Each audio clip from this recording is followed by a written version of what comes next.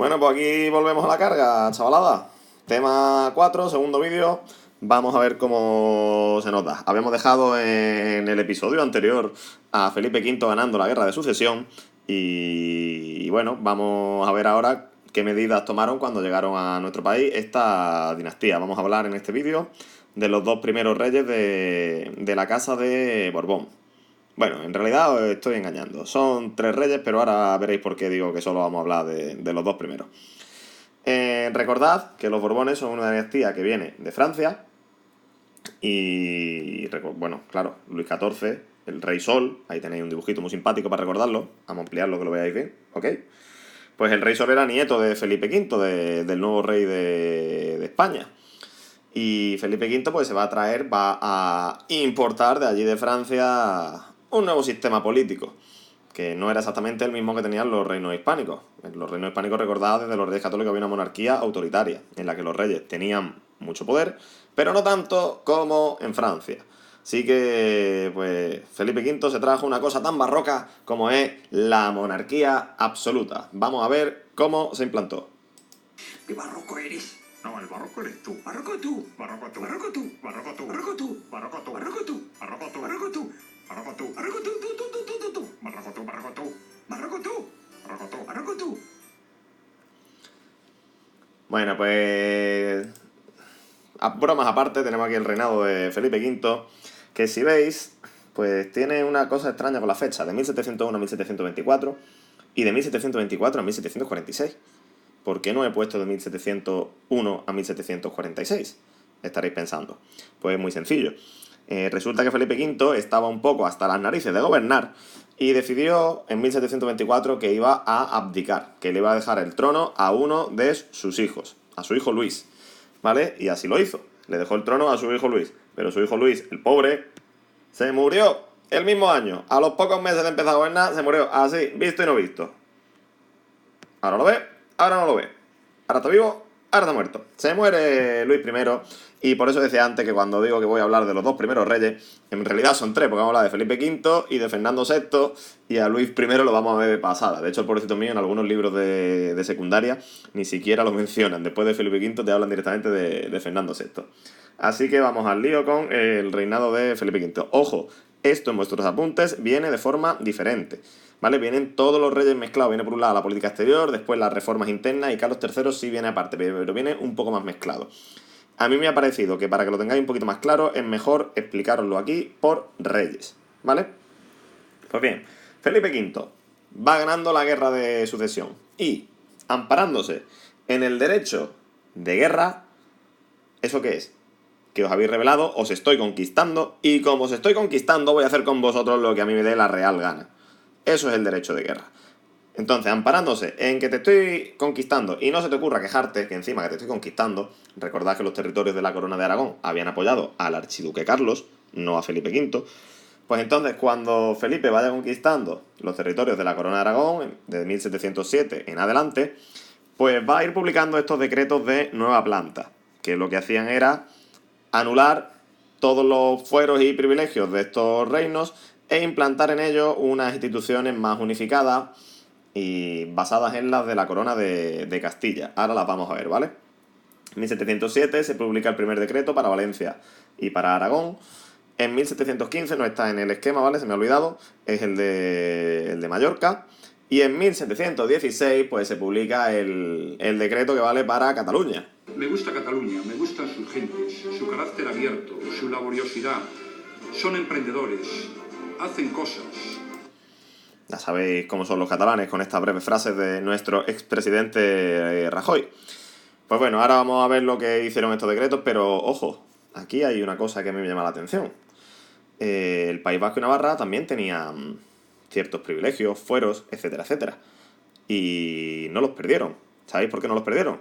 Pues porque en la guerra, efectivamente, habían apoyado a Felipe V. Entonces, Felipe V no podía ampararse en esto para eliminar los privilegios de estos dos reinos.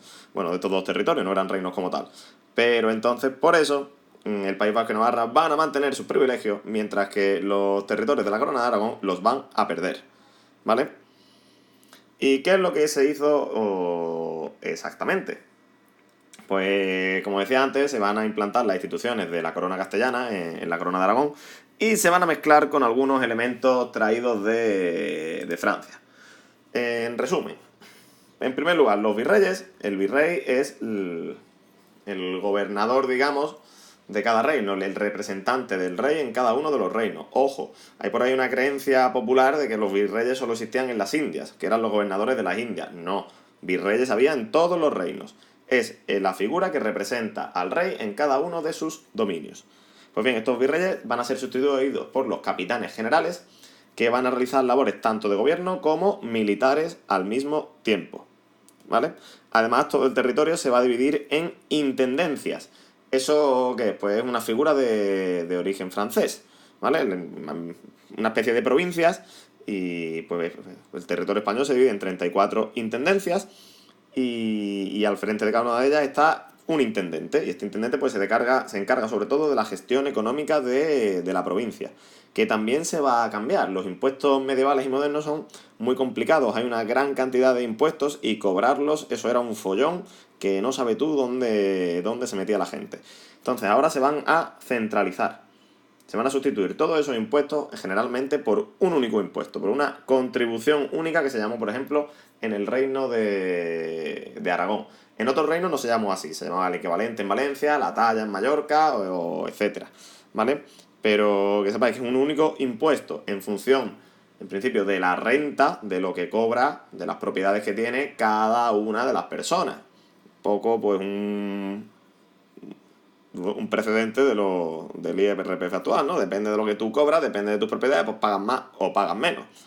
O eso se supone, porque los privilegiados, los nobles y el clero siguieron disfrutando de numerosos privilegios. Así que al final, los que pagaban a topete era el pueblo llano, el tercer estado. ¿Vale? Eso es al final un problema, porque claro, el tercer estado son los que viven peor y va a favorecer que cuando empiecen a llegar las ideas ilustradas, después hablaremos de ellas, y los aires de la Revolución Francesa, pues el pueblo no va a estar muy por la labor de mantener este tipo de privilegios de esta gente.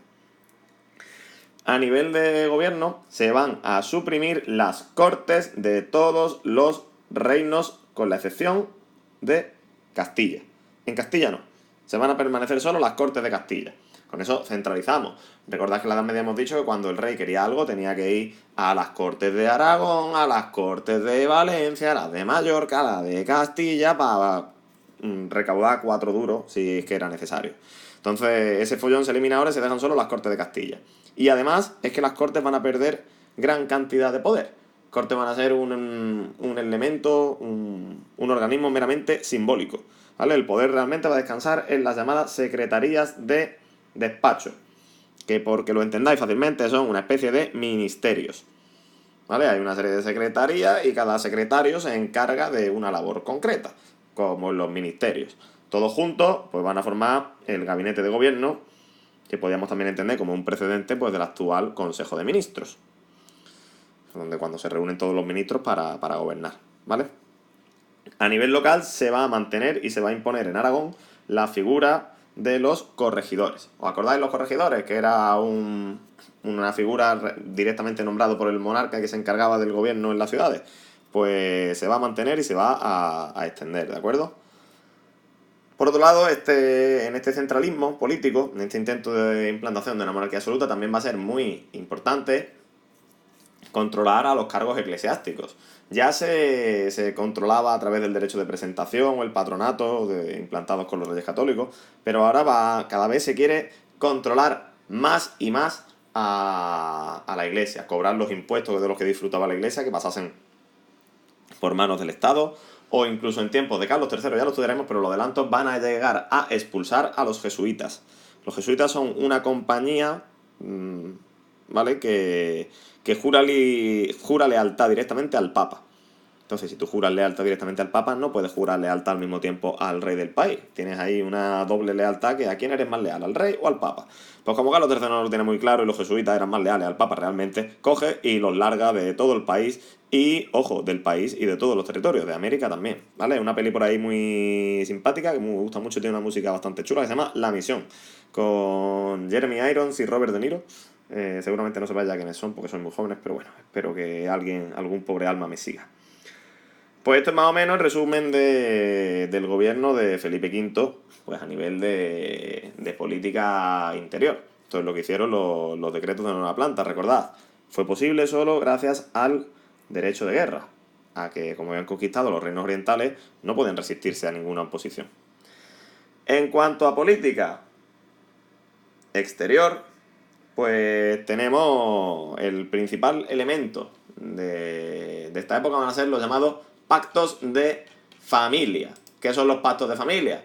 Pues muy sencillo, la alianza con Francia, la alianza con los Borbones franceses. ¿Y por qué no aliamos con los Borbones franceses? Pues porque son de la misma dinastía, ¿vale? Son todos parientes. Y pues claro, como los ingleses están todo el rato tocando las narices, pues al final se van a aliar Francia y España en contra de ellos, ¿vale? Por ejemplo, en el primer pacto de familia, en el año 1733, o con el segundo en 1743. Básicamente, ya te digo, se llama pacto de familia, pero es una alianza entre los dos países, entre Francia y España, para defender nuestro imperio ultramarino contra Inglaterra, ¿vale? Por otro lado, pues también tenemos que atender a esta señora de aquí, que se llama Isabel de Farnesio. Y diréis, ¿y esta señora quién es y qué narices pinta aquí ahora? Pues Isabel de Farnesio era la segunda esposa de Felipe V. Y como segunda esposa que era, sus hijos en un principio no iban a gobernar, porque los hijos de Felipe V con su primera esposa tenían preferencia, eran mayores. Así que Isabel estaba un poquillo mosqueada con eso, porque España había perdido un montón de territorio, sus hijos no iban a ser reyes de ningún sitio y estaba un poco mosqueada. Estaba todos los días con una mala leche preguntándose a sí misma una cosa parecida. ¿Por qué, señor? ¿Por qué? ¿Por qué tú un año esperándote? Un año no, se tiró la pobre un montón de tiempo, pero bueno. Bueno, a esta solicitud de territorios que se habían perdido se la llama irredentismo. Ojo, no solo aquí, de siempre. Si recordáis en cuarto de eso, ¿vale? Los italianos después de la Primera Guerra Mundial, que habían ganado, pero no le habían dado los territorios que habían prometido, también hablamos de irredentismo, ¿vale? Es un sentimiento de que no tenemos los territorios que deberíamos, ¿vale? Y es una reclamación sobre esos territorios.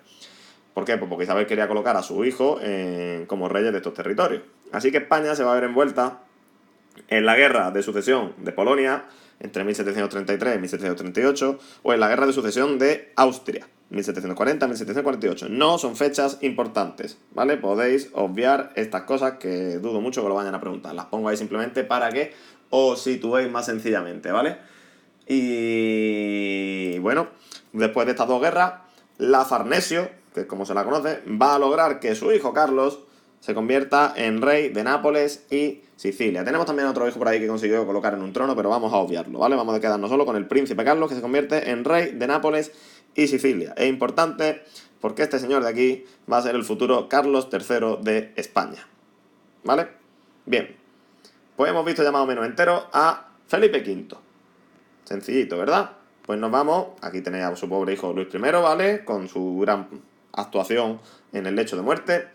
Y nos vamos a comentar aquí a Fernando VI, este señor tan hermoso, muy, muy barroco también. Bueno, esto ya no es época tan barroca, sino más bien rococó. Pero un señor pues con esos pelucones de época, vosotros sabéis, ¿no? Así tan magníficos, tan mágicos. Lo más de mi melena. Y bueno, ¿qué podemos decir de Fernando VI? Vamos a destacar simplemente dos cosas. Es un reinado muy sencillo.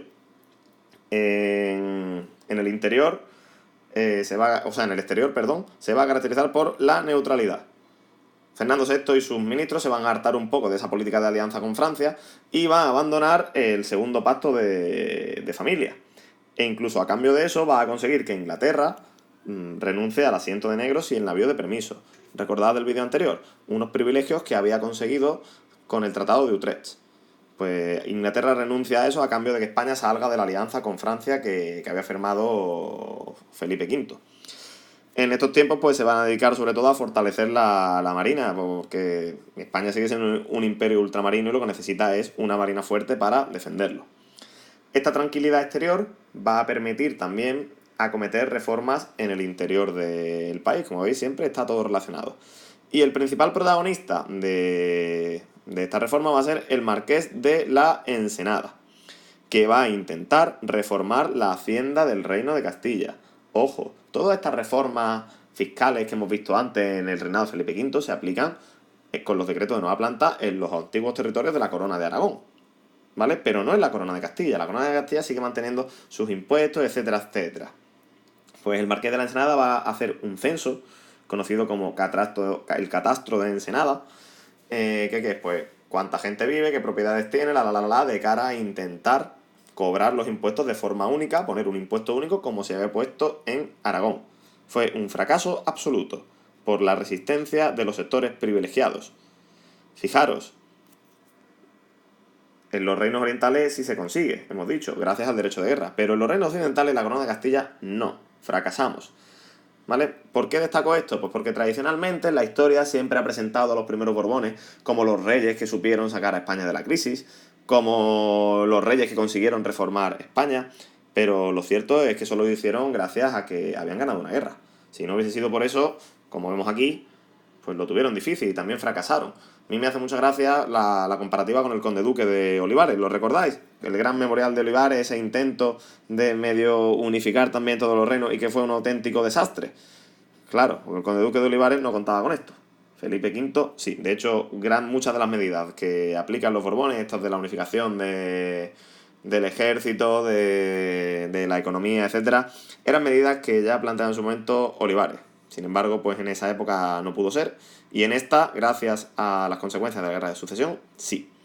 Y con eso, pues tenemos terminado otro vídeo más sobre, en este caso sobre el tema 4 y la llegada de los Borbones a nuestro país.